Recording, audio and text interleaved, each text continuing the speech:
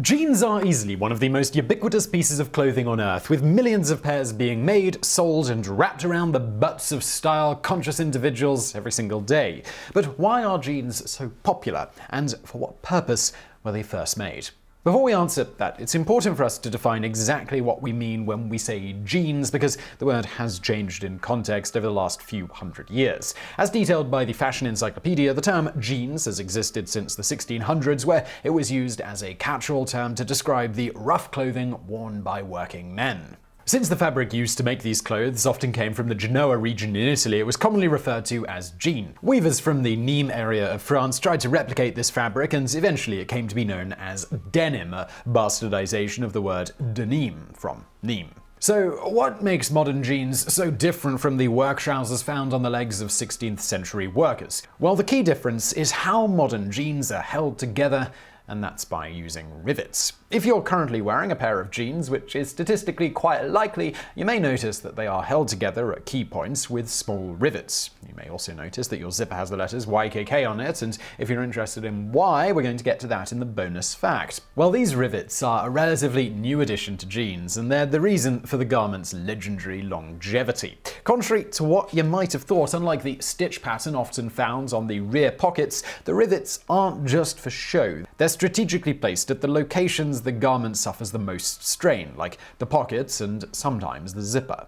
The idea to use metal rivets to reinforce the stitching of work trousers is the brainchild of one Jacob Davis, a native Latvian who lived in Nevada as a salesman during the 19th century. Davis earned his keep selling clothing and general supplies to the many miners and workers who called the area their home. The legend goes that the wife of a miner, some sources say a woodsman, came to Davis lamenting that he often tore the pockets off his work trousers and implored him to find a way to strengthen them. The legend continues that Davis drew inspiration from a horse's saddle in his shop and hatched the ingenious idea to reinforce the pockets and other areas with metal rivets. Unfortunately, the exact details surrounding the invention of the first pair of jeans as we'd understand them today will likely never be known, so we're just left with the aforementioned legend. But it at least seems plausible enough that Davis probably got the idea from a customer or customers who were having problems with torn pants, and he just came up with a solution. What we do know for sure is that Davis's riveted work pants were a huge hit with locals, and that it only took a short while for demand to greatly outstrip the already meager supply.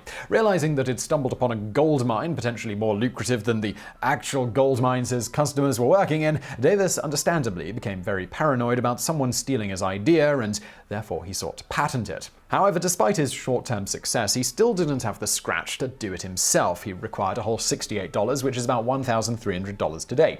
Therefore, he reached out to the man who would eventually become synonymous with the product, Levi Strauss. Strauss, similar to Davis, was a native European, originally hailing from Bavaria, who'd traveled to the States to try and make his fortune. The pair became acquaintances through Strauss's dry goods store, which supplied Davis with the material that he needed to make his riveted pants, among other products. After a brief and poorly spelled letter exchange, which I'm going to put on the screen now and do my best with, the secret of them pence is the rivets that I put in those pockets. I cannot make them up fast enough. My neighbors are getting jealous of these success. The two men, they later met, and with Strauss's money they were able to successfully apply for a patent on their riveted pants in 1873. That same year, the pair began producing the pants on a mass scale. Curiously, when the pair first began producing jeans, they sold two varieties, the blue denim kind you could find on the shelf of any clothing store today, and a pair made from a fabric not dissimilar to canvas. This was known as duck cotton, and it was also used by Davis for making tents and wagon covers. The former proved to be wildly more popular than the latter, and soon became the only kind that the company sold. The reason denim proved to be so much more popular than duck cotton is twofold. Firstly, denim becomes softer as it ages, unlike duck cotton that will pretty much always feel like you're wearing a wagon cover. Secondly, denim, it just looked better. On that note, denim jeans, they were originally dyed blue, partially because indigo dye was cheap and readily available in large quantities in America, but also because the dye was dark enough to easily hide stains. Further, the dye and the small quantity needed per jean, combined with the weave of denim, meant it wouldn't seep through to the other side. This meant the risk of the dye staining your legs was effectively nil, which is again a desirable quality in a piece of clothing that you're going to be getting sweaty in on a daily basis.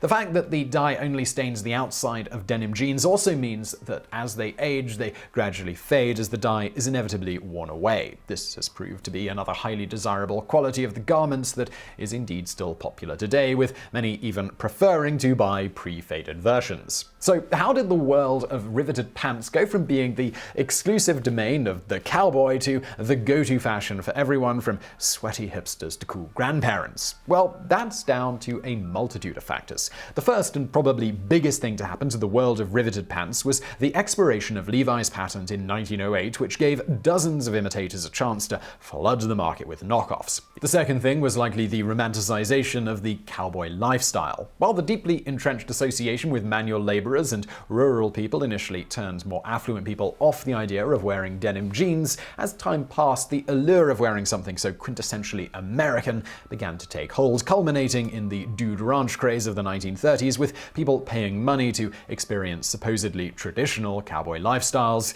jeans and all.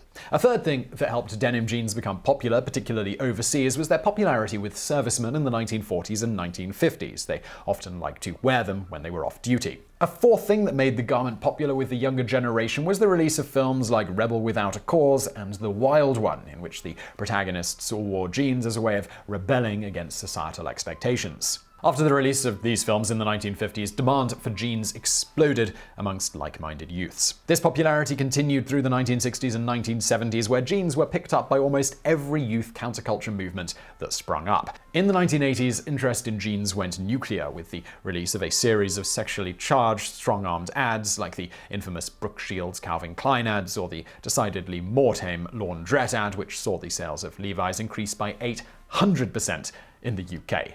And now for some bonus facts. The stitch pattern on the back of Levi's jeans is trademarked by the company and was introduced as a way to distinguish their jeans from competitors that popped up. If other companies tried to put out anything remotely similar to Levi's pattern on the jean pockets to protect their trademark, Levi's will happily sue them. In fact, Levi Strauss is the #1 filer of trademark infringement cases in the apparel industry, averaging about 8 such lawsuits per year since 2001.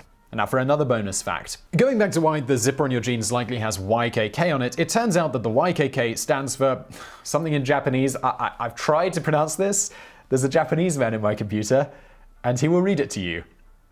Yoshida Kogyo Kabushiki Gaisha. I hope you guys can hear that. That's what it stands for.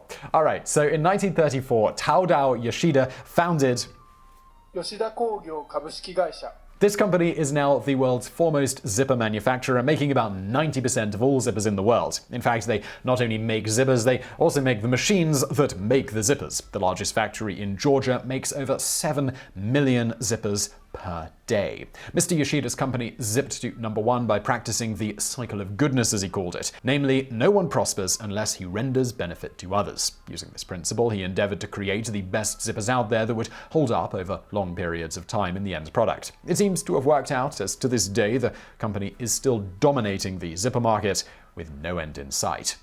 So speaking of clothing, we actually have a new merch store. We're also seeking submissions about what cool stuff we could put in our merch store. Since I last mentioned this, a bunch of people hit me up on Twitter, and we're talking with the company about stickers and a whole bunch of other stuff that I don't remember.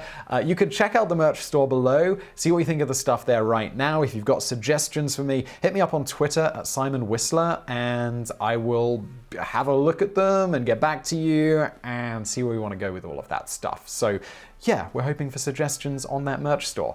Look below, hit me up on Twitter, and as always, thank you for watching.